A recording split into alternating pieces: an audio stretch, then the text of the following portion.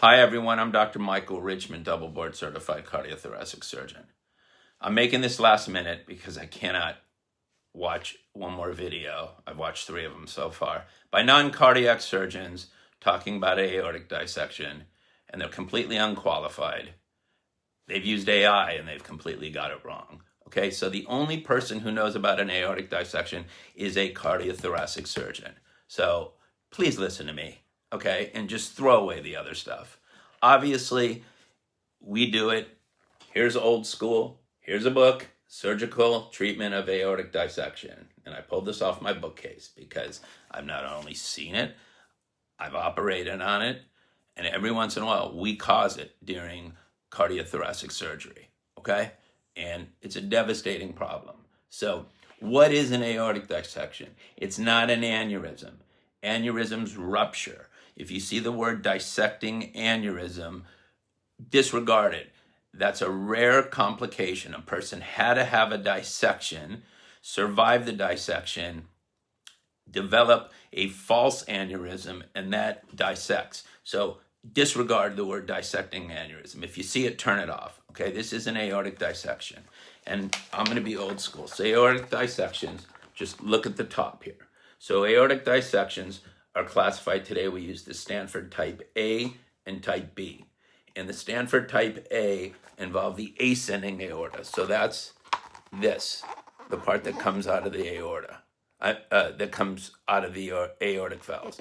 It can involve the vessels that go to the head here and go all the way down the body, or it can just be in the proximal aorta. A type B goes down and it starts after the vessels that go to the head. Okay? So that's the quick classification of, and what happens is you develop a tear.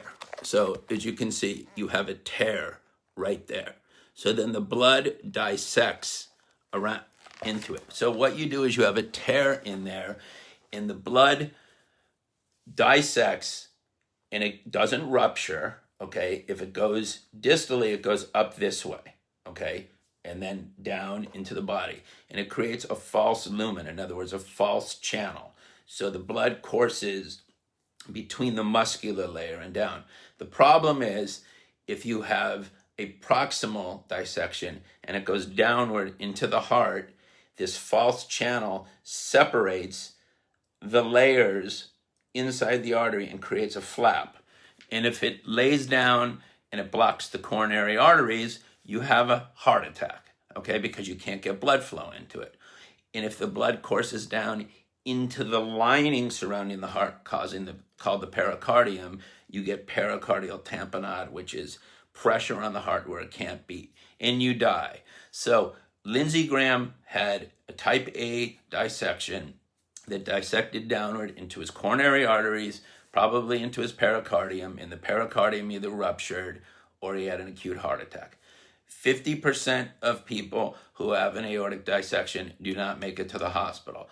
Of the 50% who do make it to the hospital, those 50% are dead within 48 hours. So it's it's the rule of 1 to 2%. So every hour, another 1 to 2% die.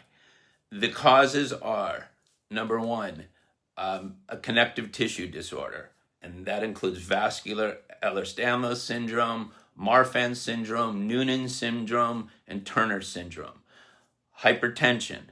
Now, high blood pressure occurs usually in people who are over 40 years of age. Atherosclerosis, vasculitis. In other words, you have a vascular inflammation, an autoimmune vasculitis, pregnancy, and trauma. Okay, those are the most common causes. Usually the inciting event, we don't really know what the triggering event is, but some people, think hypertension is the initiating factor because we see it in weightlifters who strain and push heavy weights and things like that. But it involves, obviously, there's some type of damage previously inside the wall of the artery that predisposes you to this.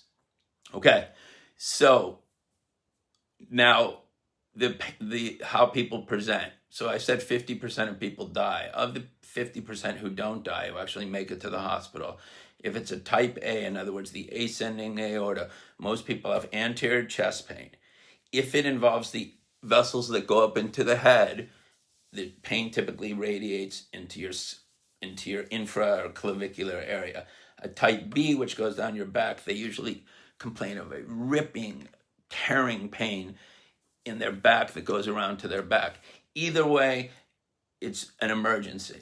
So we try and get everybody to the operating room. The only contraindication, they used to be more strict, but unless somebody is in a coma or is brain dead, or their organs are dead, or they're completely paralyzed, we usually try and get patients to the operating room because some of it is partially reversible, or maybe they didn't have such a large stroke. But the incidence, just so you know, is about 2.5 to 3.4 per 100,000 people per year. So it's not that common. And the operative mortality is extremely high. It can be up to 30%, sometimes even higher. So with that, I just want you to understand that a dissection is not an aneurysm. It's not a dissecting aneurysm. It's a tear in the lining of the aorta. So the blood goes up, and then it usually re-enters the aorta. So it creates a false channel. And if that tissue, if that intima or part of the muscle lays down, it blocks the area where the normal blood goes.